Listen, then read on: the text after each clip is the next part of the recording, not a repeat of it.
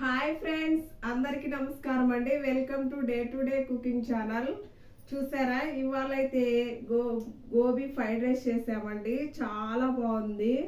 చూడ్డానికి చూడండి ఎంత బ్యూటిఫుల్గా ఉందో. దీని టేస్ట్ ఎలా ఉందో చూద్దామండి.